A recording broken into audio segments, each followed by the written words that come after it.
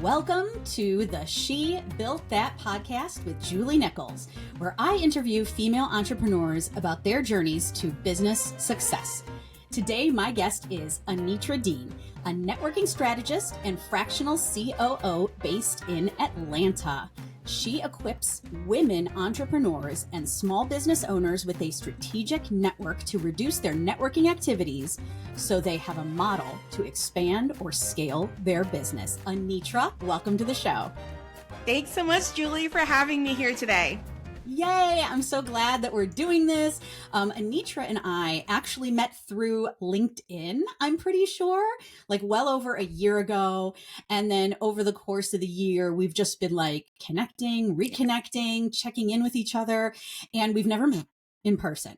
So this is one of those like, internet besties who like somehow gets to the next level and is just like, this was just meant to be. Like I feel like our relationship just from the very beginning was just like a spark that just kind of like blew up into a huge flame. Yeah. And I'm just so pleased that you're on the show to share your story. Thank you so much, Julie. And I completely affirm with you that, like, yes, it was like a spark. And it's been so lovely to be able to just watch your journey and to just grow along with you. Awesome. All right, Anitra. So I would love for you to explain who you are and tell us about your business. Absolutely. Thanks. So I am a networking strategist and a fractional COO. And I equip, and as Julie shared in her intro, I equip women entrepreneurs and small business owners with a strategic network so they can reduce their networking activities and have a model to scale or expand their business. I work with two types of business owners. The first are business owners who understand that networking is important to grow their company, but their networking isn't translating to the results that they want, in essence, meaning that like they're just not generating enough revenue from their networking to grow their company. And the second type of business owner that I work with is someone who's doing well at networking business development, but they're looking for ways on how to scale or expand the results of their networking. So primarily my clients who are at that stage, they're looking to find ways of how they can leverage their existing strategic partner and referral partner relationships to grow their company. So that's just a bit of a summary of just what I do. Okay. And then the fractional COO, so Chief Operating Officer as a fractional meaning part-time and a contractor, really. Do you do much of that still? Like how much is that part of your business? Sure. Yes. And so part of the CEO side is that when we look at business development, we look at business development operations. We also look at sales pipeline management, but then we're also looking at in a CEO sense of the word we look at what are the strategic planning goals of the company and where they're trying to go. And then operationally, how does their business development and those strategic planning goals all come hand in hand so that we can scale or expand the business? Awesome. All right, cool. Thank you for that little explanation there. Yeah. Because I could imagine that like so much of what you do with the networking side, like directly relates to the operational side and how they just kind of have to work together. Yes, absolutely. Okay. So now that we know all about your business, or at least very high level version all about your business, I'd like to go back in time. We're going to go back into our time machine right now. And I want to know, what was the specific moment or experience that sparked the idea for your business? And what were you doing before that? Absolutely. So the spark actually came out of at the time when the business spark came about, I was actually running the behind the scenes of my husband's self-publishing company. He was a self-published fiction author at the time, and I was helping him with the back end of the business. That was kind of like my night job and my weekend job. And then during the day, I was an operations manager for a family foundation, a grant making foundation. And so I was working with our board of directors and our executive directors and in essence giving money to different nonprofit organizations. And so from that, I was doing both of those pieces at the time. And I was actually catching up with a colleague of mine about what I was doing with my husband's business, what I was doing in my day to day. And she was a business owner at the time. She was a consultant at the time. And she was like, Anitra, do you think that I'm hearing all these things that you're doing? Do you think that you can help me in my own business? And I pretty much responded to her and saying, sure. Yes, I think I can help you. And that's the spark. That started my business. And so I worked with her for about 9 months, kind of part-time. This was also in 2020 when this conversation was happening. So we were right in the middle of the pandemic. And then in 2021, in May of 2021, I decided to go full-time in the business, and kind of the rest is kind of history from there.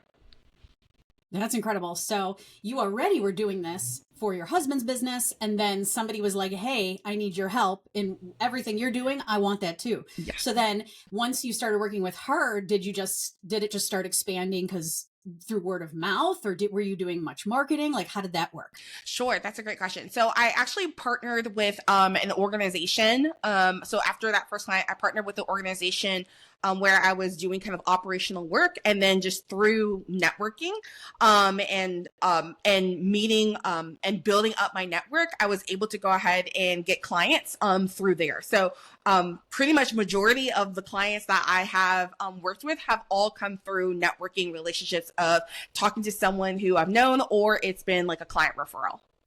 And then like your client list I know you're based in Atlanta. Are they all in Atlanta? Are they all over the place? Like, how does that work? Sure. So yes, I'm a virtual business. And so though I'm based in Atlanta, Georgia, I work with clients all over the US. One of my longest standing clients is actually in Pennsylvania. We also too have never met, but we've developed a really wonderful relationship. And I've had clients from, all throughout the US, and also some that are Atlanta based too. So I want to talk a little bit more about like the early days, like you started with that one client, in addition to working with your husband.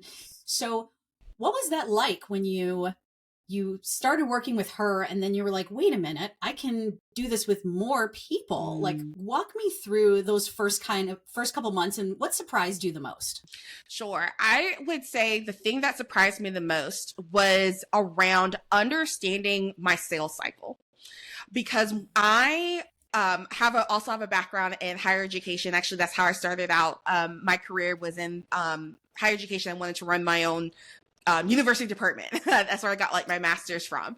And so for me, I was very accustomed to cycles. So either it was the academic calendar, or when I was working in the nonprofit world, it was based on our grant making calendar. So very much there was a cyclical cycle of when things were going to be at our highs and very much our lows. And so when I started my business, it was starting in essence from scratch of understanding, okay, what are my seasons? What are my cycles? And when starting my business, I really necessarily wasn't sure what that was like. And so that was something in those early days, and that, that first year or so, I'm really trying to understand when were my clients buying? What were they interested in buying at certain times of the year, and making sure that my partners knew what was going on and what services I was selling, so that they, in essence, would be interested in working with me. So that was one of those big pieces, was trying to understand like what was my sales cycle, what was my customer buying journey, so that I was able to go ahead and be available to be seen as a resource to my target audience. I want to learn more about your sales cycle. Could you give us some insight into what you figured out? Sure. So I would say that my sales cycle, it typically, and I did do, and I'll be honest, in 2024, I did a business model change. So there has been some adjustments. But typically, usually my sales cycle, I would say my highest season is usually between August to end of July, August, all the way to about the first week in November is the height of my season, because I'm working with business owners. At that time, they're looking into, how do I close the year strong, as well as how am I preparing for the new year? That's one of their biggest pain points. And so during that season, everyone is just like, I had all of these goals that I wanted to accomplish. I really want to end strong, but I need some support in how to go ahead and figure out how to get there. Like, I'm going to go ahead and work with Anitra, or, I'm already looking into the next year and what I want to accomplish. I want to go ahead and be able to secure, a support team member to be able to go ahead, a subject matter expert to be able to support me in whatever those goals are. So that I would say is probably like the height of my season. And then there's also an uptick between Q1 and so I would say between about January till about mid-May is another height of my season, because at that time it's the new year. So everyone has kind of either established their goals, and so here's what I want to do, or in like Q2, which is like that March, April, May period, it's like, okay, we've reflected on what we've accomplished in the beginning of the year. Where do we want to see ourselves for the end of the year? So that I would say is also another period of where things are heightened. I do, depending upon some clients, during the summer months, it can be busy or it can be a little bit slower to some degree because people are working on the back end of their business. So during that time, I'm working with clients and saying, okay, like, if we're trying to get ready for a Q3 and Q4, we need to get this back end stuff together. So like, here's kind of how I'm going to support you to make sure that like you're equipped to be able to go ahead and close business toward the end of the year. So it kind of just depends on some of my clients and just like where they are. So that I would say is kind of a summary of like my sales cycle and the customer journey that I go through. I'm so glad that you share that with me, because I feel like, a lot of female business owners, and especially ones who are maybe closer to the beginning of their journey, it's not something that's like super on their radar. And it's so important to really delve into the mind of your customer and like what they're going through. Yes. And how you can best serve them and how the cycle works. And because I work with a business coach, like I'm aware of that, but I feel like a lot of people, women especially, who don't work with a business coach, it's maybe not on their radar. Right. And I'm like, I'm hoping that some people listening to this will just kind of hear you talking about it and be like, oh crap, I should probably figure that out. And part of it too, Julie, is that when I'm working with my clients, when it comes to the whole networking and business development piece, is that if you don't understand your sales cycle, it's going to be very difficult when you're having those networking business development conversations to then tell them, hey, here's what I'm selling right now. Here's kind of like what's going to be my next thing that I'm going to be looking for clients for. And so we don't understand like what in essence that we're selling and the seasons that we're in. We may not be talking to the right people. An example I usually use with some of my clients is like think about, an accountant and tax season. During tax season, you want to be working with clients on taxes.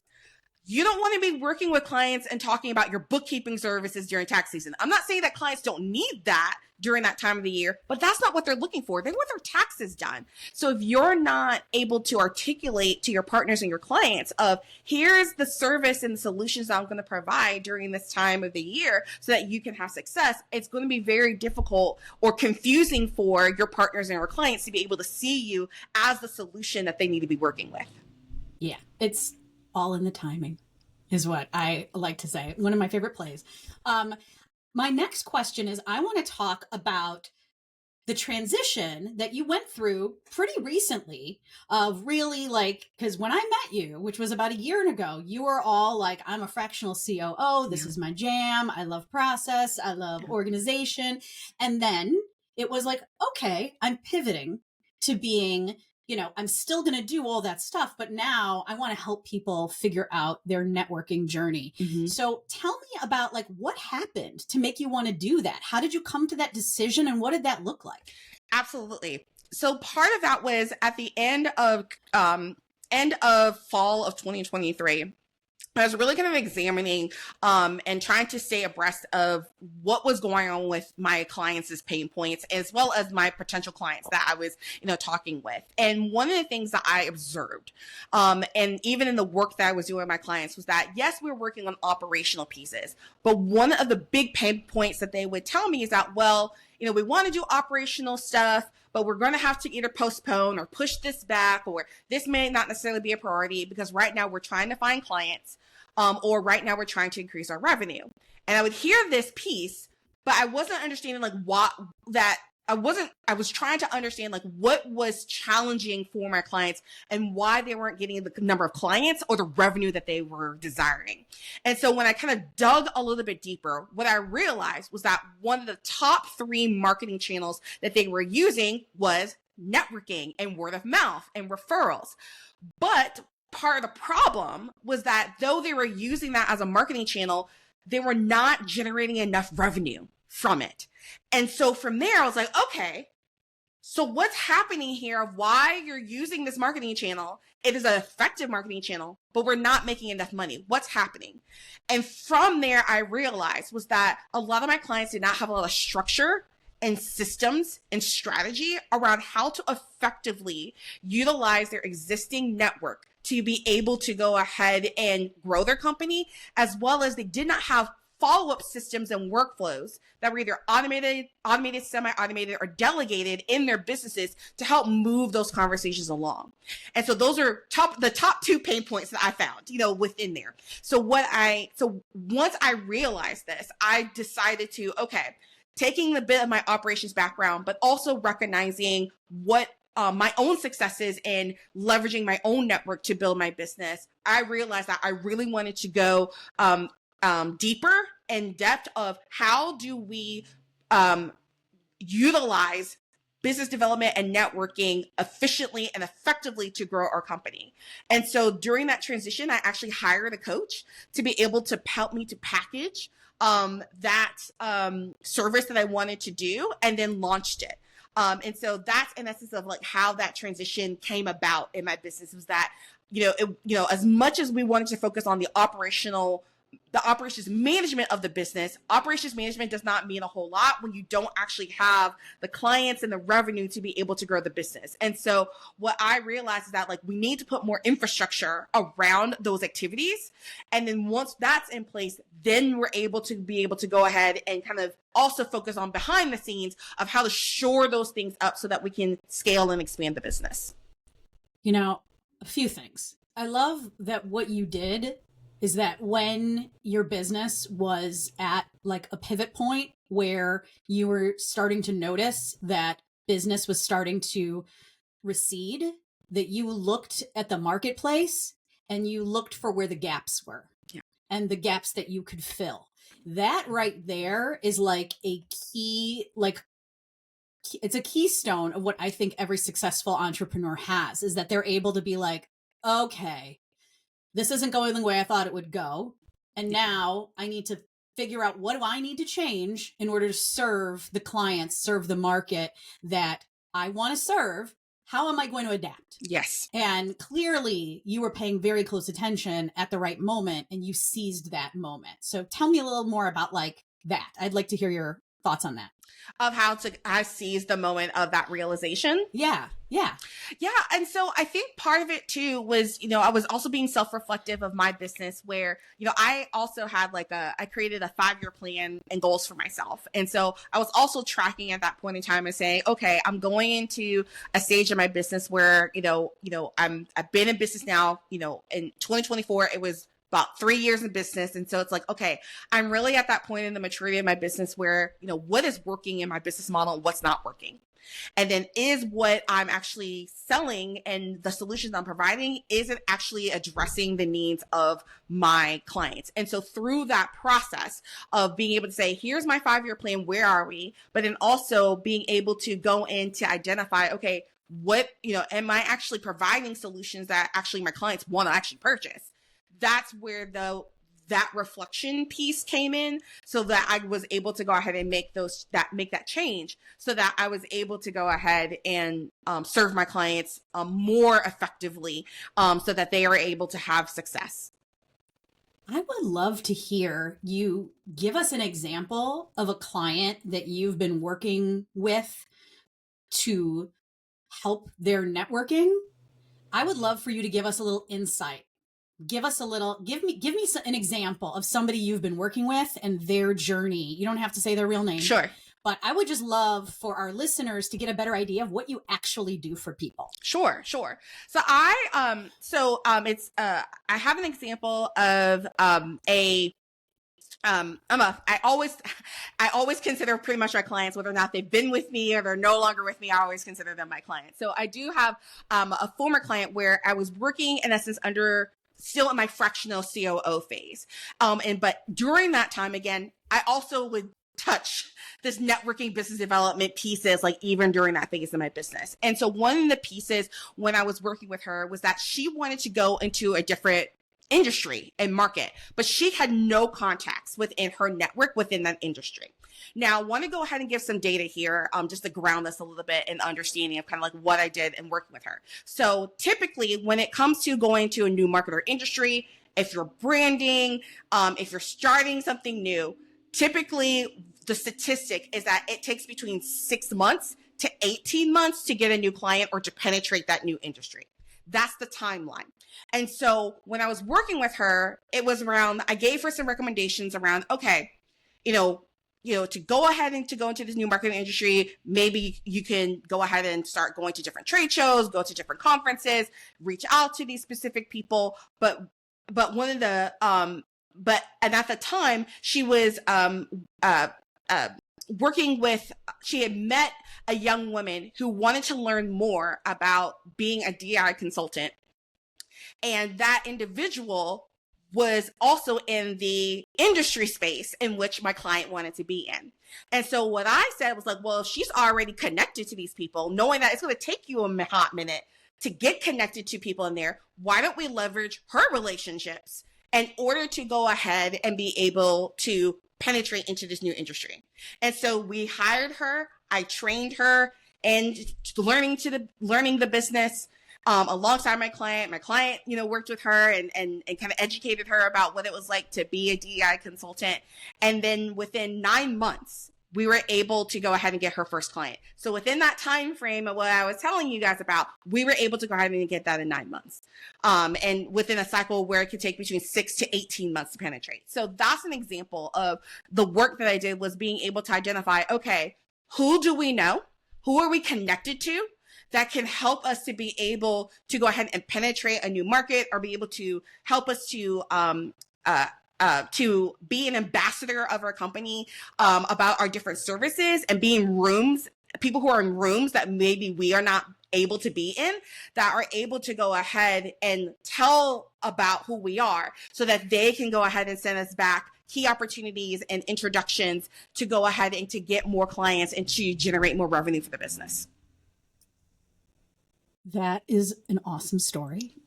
And now it makes me want to ask you another question that I wasn't really planning on asking, Sure. Which is, what are your top 3 tips for a woman who owns her own business, who's struggling with her networking? Okay. What would be your top 3 pieces of advice? That is an excellent question, Julie. And so my top 3 advice, my first one is follow-up. Now, I want to put some guys on there. It's not just about the act of follow-up, of actually sending the email. It's about having a system for your follow-up. Because partly one of the biggest pain points that I see my clients have is like, I know I need to send a follow-up email. I know I need to text that person. I know I need to go ahead and connect with them on LinkedIn or whatever. But you don't necessarily have a system that can either be automated, semi-automated, or delegated for it. And so it's not necessarily always about like what the activity of the follow-up is that do you have a system for that follow-up so that you're able to also track those interactions that you're having with your partners, so then like where you are as far as where you are in the building of that relationship. So follow-up is very important, but not just having follow-up, but also having a system in place so that you're able to go ahead and to track your interactions with that individual. Because the worst thing to happen is to be able to send an email to someone, but then you completely forget when you've actually sent that email. Then you reach back out to them with the exact same email, but you forgot that you sent the email because you never tracked it. So and I've talked to many clients and partners who have been who have shared that story with me. It was just I felt so embarrassed because I literally sent them the same thing, because I completely forgot that I did that. And they did that because they didn't have a system in place to be able to track those interactions. So that's the piece of, we need to have a follow-up system that's able to track what actions that you're doing. The second piece I would say is around knowing your ask. And so I have a framework that I use with my clients called the Networking Nova Framework. And it's based around the 4 essential components of an effective networking conversation. And the number one thing that a lot of my clients typically struggle with is that they're going into conversations not necessarily knowing what their ask is. Why are you in that conversation? That's a huge piece of it, is that, and something I talk about, like, it's networking and business development is not necessarily always about showing up. It's about follow through.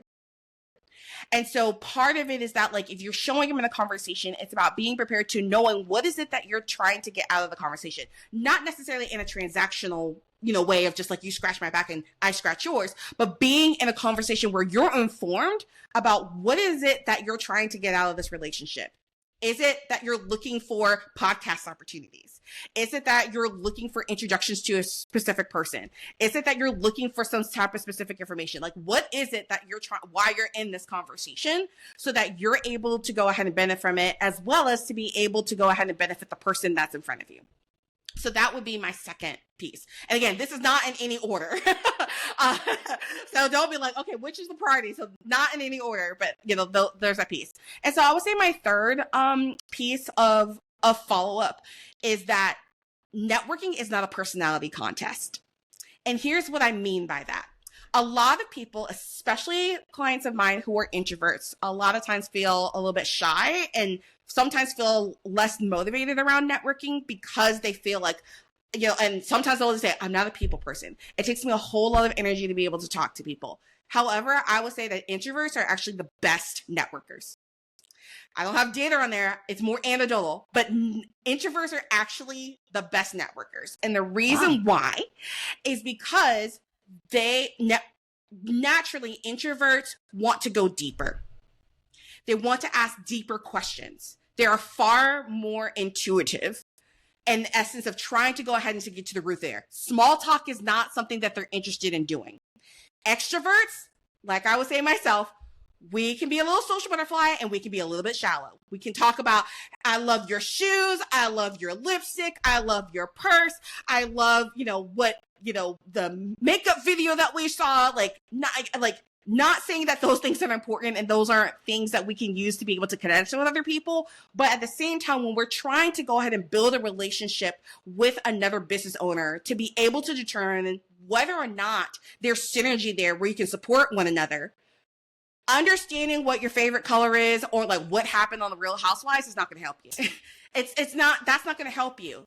Though that could also build a relationship from a personal standpoint, that's not the information that you need in order to be able to go ahead and grow your business. You got to go deeper. And what I have found is that introverts, they ask the deeper questions. They want to understand, well, what are your goals are? What are you trying to achieve? Who are you trying to look for? Why are you here at this event? They're going to ask those deeper questions. And those deeper questions lead to the information that you need to know in order to determine whether or not the person that you're talking to can actually be able to support your business, because not everyone can be able to support you and your goals. And so part of it is that, like, each of our personality types, in essence, like, contribute to our success. There are strengths that we can leverage. However, it's not a personality contest that I have to be a certain way in order to go ahead and be able to build a relationship with another person and be able to learn about them, to build know, like, and trust with them in order to determine whether or not we can be in a symbiotic relationship that can support the growth of each other's businesses. So this point number 3 that you just made was so interesting to me, because as the leader of a local professional moms networking group, I have women come to my event all the time. And the feedback that I get from so many of them is, oh my God, if every networking group was like yours, I would have such an easier time, because I don't like networking. It's intimidating. It makes me nervous. I don't know what to say. And what you just said about introverts being being better at networking because they go deeper, that tracks so hard for me. And I think that if more networking events were more, I guess, like what I'm what I'm trying to do is I'm trying to create an atmosphere where everybody feels welcome, where where people go up to people who have never been there before and they ask them questions about themselves. And, I think like what you just brought up is going to make a lot of introverts like feel like, oh, okay, maybe I'll be okay. Yeah. Maybe I could go to my next networking event and remember what Anitra said about how I actually might be a better networker than some extroverts because I'm the one that digs deeper, and that might encourage someone out there to want to try that. So that's so insightful. I love that.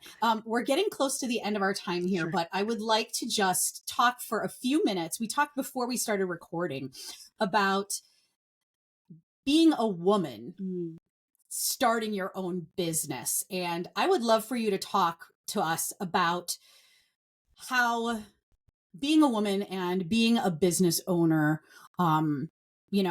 how has being a woman affected your business and your experience? Yeah.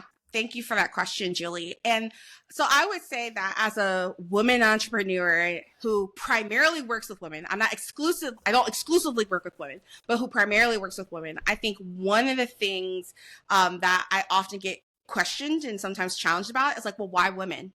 Like, men need help with their networking business development too. Like, why are you only focused on women? And something that, in conversations that I have with individuals who are sometimes curious around like why I made that choice is that sometimes having people to understand is that like when we start our businesses, it's not necessarily like I didn't start it out of a whim. Like I didn't choose just to work with women out of a whim because like I was just having a good day and said, okay, let me just work with, primarily women. I made that choice strategically. It was a strategic choice when I developed the mission and the vision and the type of solutions I wanted to work with. I specifically looked with women because one, I looked at the data. And as business owners, we have to be strategic, data-driven decision makers. And so when I chose to primarily work with women, I had data to back it up. And one of the things that I found, especially when I did that business change pivot that Julie was talking about, was that I looked at the data of just like, okay, if I'm going to be working with women specifically around networking business development, what are the challenges? And what I found is that only 2% of women business owners become millionaires. 2%. Those women typically only receive about 2% of investor funding. 2%. When it comes to one of the top challenges, Forbes did an article in 2024 about the top 5 challenges that women business owners deal with. One was around the lack of funding and mentorship. And part of the reason why that was a challenge is because unfortunately based on stereotypes, but then also too, women struggled having access to communities that was able to go ahead and get them in front of the right individuals who could either fund their business or the kinds of mentors that they were looking for to grow their business. There was a lack of access for them. And so though that there are a lot of women organizations that have grown and are focused, there's still, unfortunately, limited access in a lot of spaces where women do not get that support within mentorship and being able to be around the decision makers who can actually get them funding. And so for me, I wanted to make sure within the work that I do is that I am equipping women with the structure, with the strategy, and with assistance that they need in order to go ahead and be able to, in whatever place that they are and whoever they meet, to be able to go ahead and make that person an ambassador for their brand so that they're able to go ahead and to get the kinds of introductions and opportunities that they're looking for to grow their businesses. And so part of my own challenge again and even though getting those questions from people why I do that is recognizing that I have to be responsible to be able to provide people to not educate, but to provide the messaging, but also the information and the data, whether or not it's quantitative or qualitative, to those who I'm in front of so that they understand that the decisions that I'm making are not just on a whim, but they're actually grounded in fact. And so that is part of the piece around as being a woman, is that like, it's not, there's a lot of stereotypes around us being emotional decision makers. And part of what I do is that like, I do not make an emotional decision. I made a strategic, data-driven decision. And it's so important with all of the information that's out there that we really back up our decisions with data and ground it in fact, so that we can bolster up that know, like, and trust with our clients, and as well as the individuals who are our partners within our network. Anitra, you have just been an absolute delight. And I'm so glad that we delved into everything to do with how you help people with their networking, because I have a feeling you're going to be getting some calls after this publishes, because if you don't, I will be sorely disappointed. And also, I think that like what you have to offer is so incredible to the community that listens to this show. So all of you out there who feel like Anitra could help you, please reach out to her. I know, Anitra, that my next question is going to be, tell us how people can find you, but I also want to point out that you have a lot of resources for sale on your website, especially for people who maybe aren't in a financial position to work with you one-on-one. Could you please tell us about those printables, those other things that you have on your site? I'd love to hear all about it. Sure, I would love that. So one is my digital shop. And so it has different tools and that are there that can assist you, like in essence, in the act of being able to follow up and to be able to build the relationships with those in your network. One of the tools that I have is called the conference tracker. So if you're going to a conference in the next couple of weeks, you're able to go ahead and utilize the conference tracker to be able to organize the people who you meet and be able to determine how you're going to follow up with them. So that's a tool to get you organized, so that when you go back from that conference, you're able to go ahead and be able to like, okay, here's who I met, and then here are the things that I need to do to follow up with them. So check that out on the website.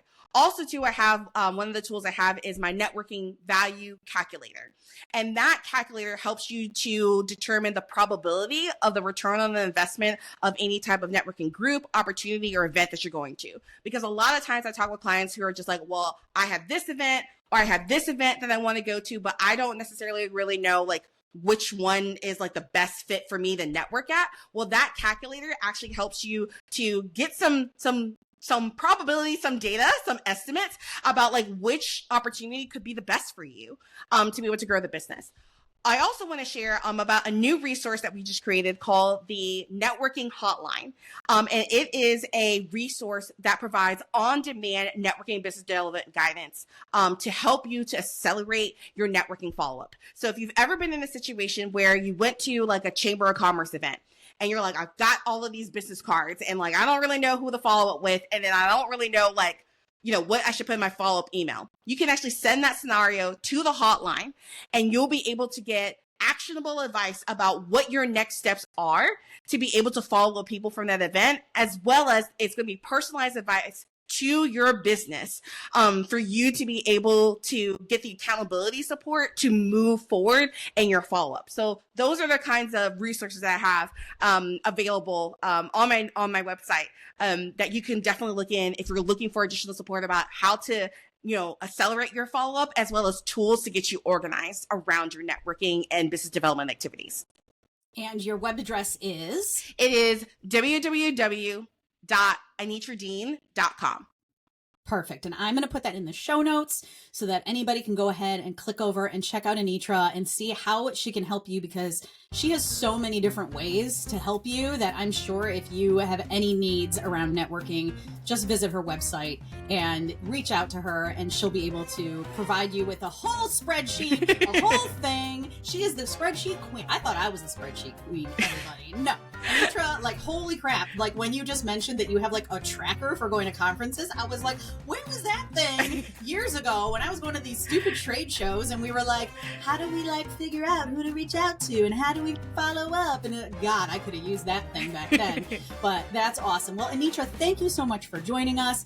Thank you for coming on the show. I'm Julie Nichols of Julie Nichols Marketing. I provide small business marketing to professional services and other kinds of small businesses. You can check me out at julienicholsmarketing.com. That's Nichols marketing.com. And thank you for tuning in to She Built That, and I'll see you next time.